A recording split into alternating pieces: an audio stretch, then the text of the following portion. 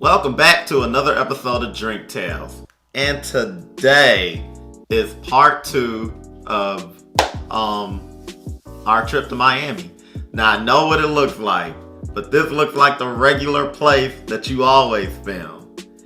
Yeah, we're filming this post Miami. We're just, we're catching you guys up on the rest of the trip and the stuff that we saw, after we last talked to you guys. So,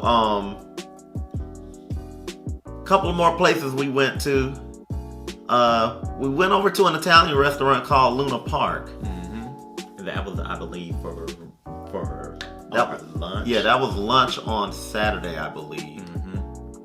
It was pretty good. One of the main reasons we went over there is because before, when we walked through that mall area, the day before, and we walked through Luna Park. It's this wide open space. It's pretty much a outdoor mall. Yeah, kind of an outdoor mall. Yeah, and you can just walk through Luna Park. It's a restaurant, but it's also like, I guess it's kind of like an Italian bistro type situation. Well, I believe the whole place is like, is that whole mall area. There are like a lot of restaurants, but we chose the Italian bistro because we chose Luna Park. One of the main reasons we chose Luna Park is because when we walked through that way, we walked by this table, and this lady had this huge sandwich. And I said to myself, I had to have that sandwich. So we came back the next day, and I got that sandwich, and it was delicious. It was incredibly delicious. We also, the cocktails we got there, we got this cocktail called the Bad Bunny. It had mezcal. And ginger beer. And it was really good. Didn't we do a mezcal and ginger beer cocktail on the show? You're asking me to recall a bunch of... Think about that. Yeah. We also went to... So when we were in Miami, one of the things we do when we travel a lot of places, we ask a lot of people there, a lot of locals there, what's good to eat, what's good, to visit and stuff like that. And I'm going to say this, the locals didn't disappoint us. No, they did not. I know that was the reason why we went over to Friends, which we paid them a second visit at the end of our trip. Yeah. Because we were that, it was that good to us, and, as like a place for when you get into town that you want to go to more or less adjust yourself to the city. Friends works as an excellent place. But specifically our Uber driver, who we met up with twice actually. Yeah, shout out to Vincent. He gave us a lot of tips on places to go to, and one of them in particular was called Bonding. Yeah, it was a Thai restaurant that was literally like around the corner from where we were staying. It was we literally walked there. It took 5 minutes to walk over there. And so we went there for dinner one night, and that also didn't disappoint. Their curry was delicious. I had their volcano chicken, I believe it was. The volcano chicken was good. That was good. They had. Now I will say this for them. They don't do cocktails like that. Like, you're either getting sake or water. I guess. Yeah. And we had their sake, specifically their passion fruit. Yeah, their passion fruit sake, and that was delicious. So we had a great time there. And we also went to a nightclub called Blackbird, which was literally like down the street from Bonding. And we wouldn't mention Blackbird if it wasn't for the fact that the 2 nights we went there, we tried a lot of their different cocktails there. I can't even name all of them. Because one of them was like the Scarlet something or whatever. One of them was called the Tip Top. That was the first one we had. The Tip Top was my favorite out of all of them that we had. In case you guys don't know, we're the type of people that go to the nightclubs just to drink. Yeah, we will drink regular cocktails or shots or whatever the entire time we're there. And, you know, for the type of place that it was, I wasn't expecting their cocktail game to be as elaborate as it was. Like, we're talking, you know, we're talking a menu that has specific things. I know one of them that we had was literally kind of like a pimp's cup, but not really, with all of the fruit and stuff that they had in it. It was really good. You know, all I gotta say is I'm looking around at these other places and I'm like, guys, step your game up. Yeah. Like, they were doing things a lot of restaurants weren't doing. So on our last day, Sunday, one of the first places we went to have breakfast. And we went to this place, Cafe Bastille. Talk about delicious. We had like a 20-minute wait before we can get in there, and the reason is because it was packed, because apparently this place is popular and it's known for their bottomless mimosas. And their bottomless mimosas. Now, we were going to indulge in the bottomless mimosas, but we thought wiser because we knew we were going to be spending the rest of the day doing a lot of other drinking and things like that. But for the rest of you guys, if you want to do that, feel free. Yeah, right. We had mimosas and bellinis. And both of them were good. We had their waffles. I mean, you guys have seen the pictures on Instagram right now, so you know what we had. But all delicious. Service was great. I'm gonna say this too, and this is like a weird compliment or whatever, but I know it was from our friend that went with us, which you can catch him on his social medias and stuff like that. But he was talking about how that was the first place he had ever been to where they've cooked eggs the perfect way that he likes them, in regards to putting cheese in them. Yeah, everything was good there. That was probably one of my favorite spots we went to the entire trip. Where else did we go to that day? We hit up several other places. I know we went to this place, and this was like a stop in American Social. Oh yeah, we went to American Social briefly, and it was okay.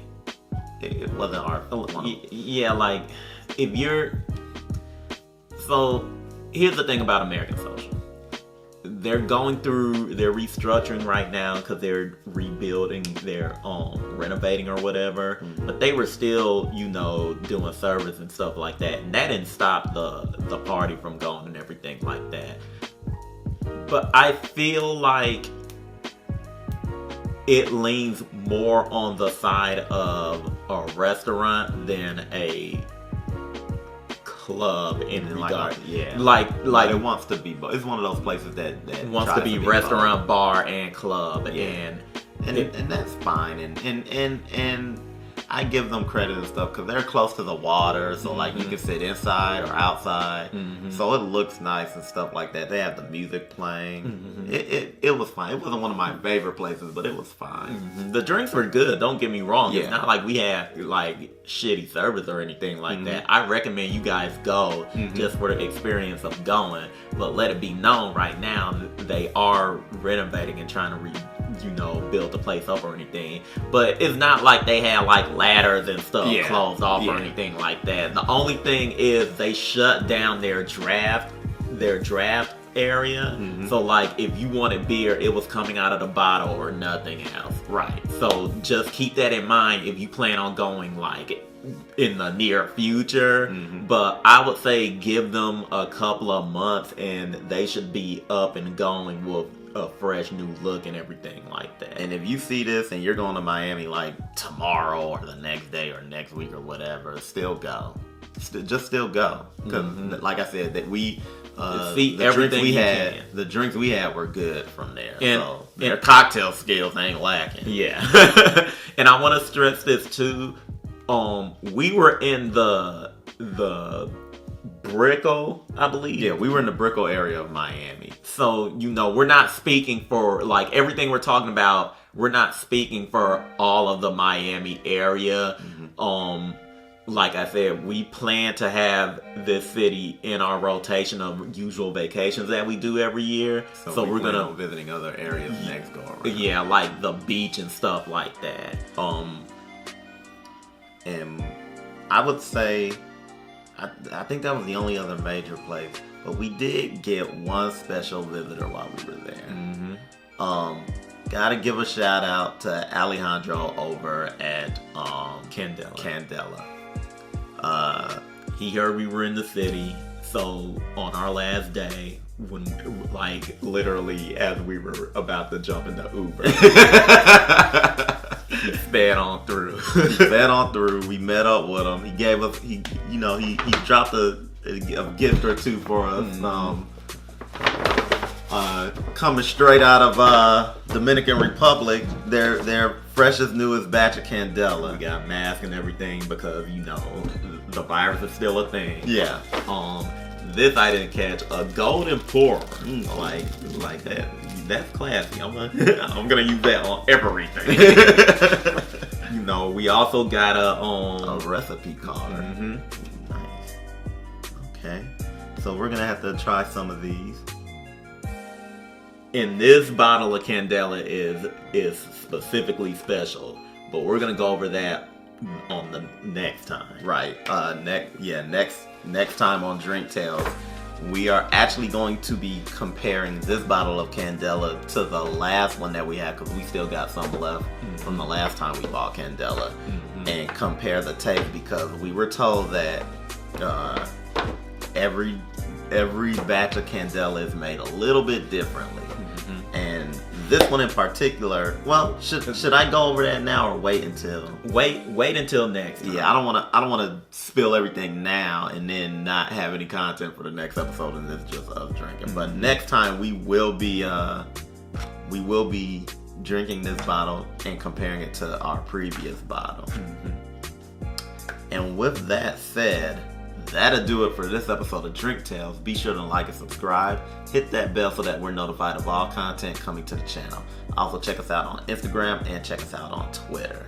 And you've been saying it a lot. Yeah, if there is a spirit, liquor, wine, beer, a type of snack, a type of dessert, a savory awesome dish that you think we would like, I like shrimp and steak. Tacos and the like. That's why we went down there to try that type of food. Although we didn't get any seafood. Yeah, we didn't do a lot of seafood. But next time, if you find any of that you feel is unappreciated, or we can't get access to it in the Atlanta area or in this country at all, let us know about it. Hit us up in our DMs. Maybe we can collab, and you get that to us and we review it, or maybe you can point us in the direction where we need to go, because maybe it is in Atlanta and we can't find it. Exactly. And that goes for locations too. If there's a bar, a restaurant, a delicatessen, a bistro, a brewery, a distillery, if there's any place like that you think we should go and try their food and their drink, let us know. And we will definitely try to make it out there. And I'm going to add this too. If there are specific events like a Tales of a Cocktail, but like not in New Orleans and maybe somewhere else. Yeah, like food festivals, stuff like that. Beer crawl, stuff like that. Let us know. We'll hit those up too. If it wasn't for quite a few people hitting us up, or people that we actually met down in Miami, we probably would have been eating, I don't know, Chick-fil-A every day. That's not true. We were never gonna do that. But it's because of people like you guys that we know about great places to go to.